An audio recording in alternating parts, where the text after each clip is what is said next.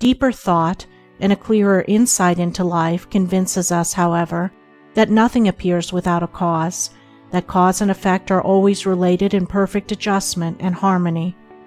That being so, every happening directly affecting us is intimately related to our own will and character, is indeed an effect justly related to a cause having its seat in our consciousness. In a word, involuntary happenings of life are the results of our own thoughts and deeds. This, I admit, is not apparent on the surface, but what fundamental law, even in the physical universe, is so apparent?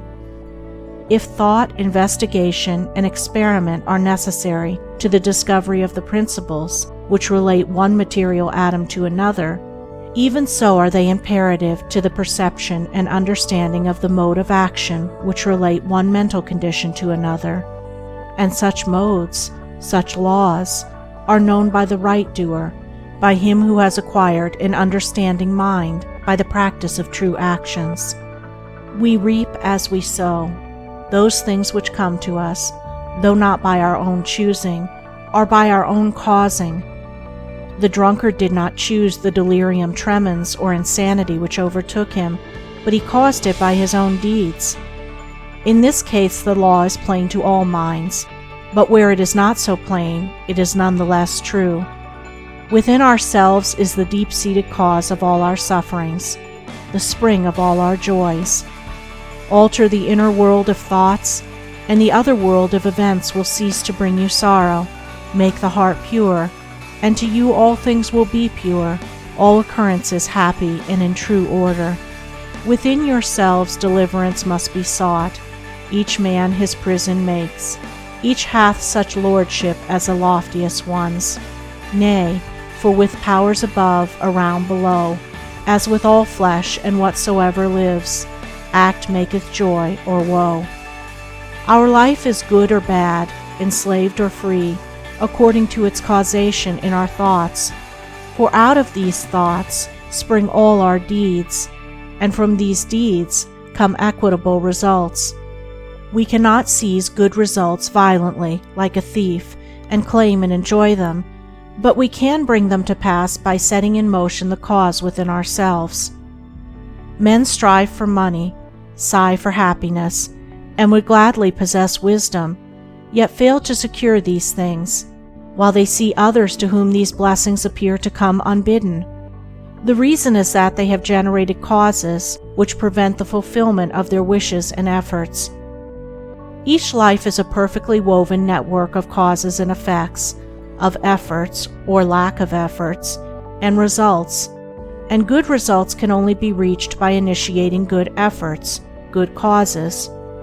The doer of true actions, who pursues sound methods, grounded on right principles, will not need to strive and struggle for good results. They will be there as the effects of his righteous rule of life. He will reap the fruit of his own actions, and the reaping will be in gladness and peace. This truth of sowing and reaping in the moral sphere is a simple one, yet men are slow to understand and accept it. We have been told by a wise one that the children of darkness are wiser in their day than the children of light. And who would expect, in the material world, to reap and eat where he had not sown and planted? Or who would expect to reap wheat in the field where he had sown tares, and would fall to weeping and complaining if he did not? Yet this is just what men do in the spiritual field of mind and deed. They do evil and expect to get from it good, and when the bitter harvesting comes in all its ripened fullness, they fall into despair and bemoan the hardness and injustice of their lot, usually attributing it to the evil deeds of others, refusing even to admit the possibility of its cause being hidden in themselves, in their own thoughts and deeds. The children of light, those who are searching for the fundamental principles of right living, with a view to making themselves into wise and happy beings, must train themselves to observe this law of cause and effect in thought, word, and deed, as implicitly and obediently as the gardener obeys the law of sowing and reaping. He does not even question the law. He recognizes and obeys it. When the wisdom which he instinctively practices in his garden is practiced by men in the garden of their minds. When the law of the sowing of deeds is so fully recognized that it can no longer be doubted or questioned, then it will be just as faithfully followed by the sowing of those actions which will bring about a reaping of happiness and well-being for all. As the children of matter obey the laws of matter, so let the children of spirit obey the laws of spirit. For the law of matter and the law of spirit are one, but they are two aspects of one thing, the outworking of one principle in opposite directions.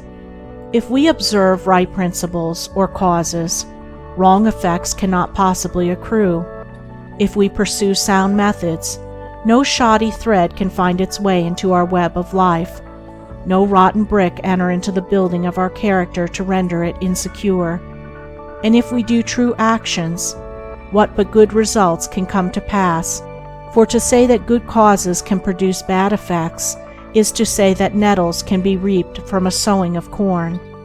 He who orders his life along the moral lines thus briefly enunciated will attain to such a state of insight and equilibrium as to render him permanently happy and perennially glad.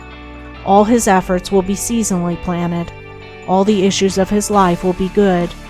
And though he may not become a millionaire, as indeed he will have no desire to become such, he will acquire the gift of peace, and true success will wait upon him as its commanding master.